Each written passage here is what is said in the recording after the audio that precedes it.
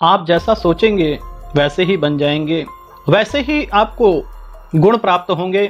क्योंकि जितना नेगेटिव आप सोचेंगे तो आपके अंदर नेगेटिव ऊर्जा का वास होगा, अगर पॉजिटिव सोचेंगे तो पॉजिटिव ऊर्जा का वास होगा।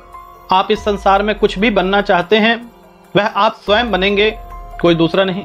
कथा इस प्रकार से है, हमारे गुरुजन के पास एक भक्त आए और वह कहने लगे कि मैं इस संसार से बहुत दुखी हो चुका हूँ और मैं इस संसार को त्याग करके स्वर्ग की प्राप्ति चाहता हूँ। हमारे गुरुजी ने कहा बिल्कुल ठीक है, तुम्हें स्वर्ग ही मिलेगा, परंतु तुम्हें एक कार्य करना पड़ेगा। भक्त परेशान, मरता तो क्या ना करता।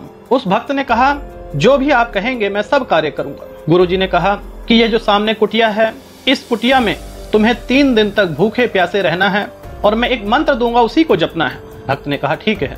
गुरुजी ने कहा कि इसी कुटिया में 3 दिन तक विराम करो और ना कुछ खाना है ना पीना है, बस ध्यान लगा के इस मंत्र का उच्चारण करते रहना और मन ही मन बोलना और विचार करना कि मैं एक हाथी हूँ।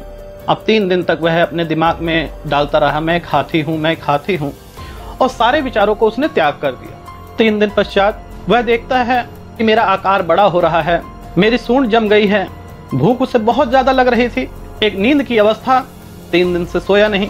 अब वह जो सोचता वह उसी प्रकार से बन गया। 3 दिन बाद गुरुजी आए, गुरुजी ने उसे अपने पास बिठाया और पूछा कि जो मैंने मंत्र दिया था अब कैसे वह सिद्ध हुआ। तो वह भक्त कहने लगे कि जी परमात्मा, अब मैं एक हाथी बन चुका हूँ, मुझे घास फूस खानी है और ये मेरी लंबी सी सूंड है।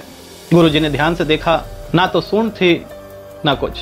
तो गुरुजी ने उसे प्यार से अपने पास बुलाया और अपनी गोदी में सुला दिया कि 1 घंटा सो जाओ, उठना तब बात करेंगे। जब वह व्यक्ति उठा तो उसने पाया कि ना तो वहां पर कोई हाथी है ना कोई सूंड है।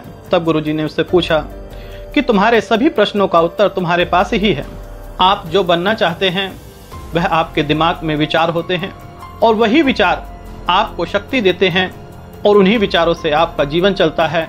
इस संसार में ऐसी कोई भी चीज नहीं है जो आप प्राप्त नहीं कर सकते। जीवन में अगर अच्छे व्यक्ति बनना चाहते हैं तो अच्छे लोगों की संगति में रहेंगे, उनके प्रवचन सुनेंगे तो आप अच्छे बन जाएंगे।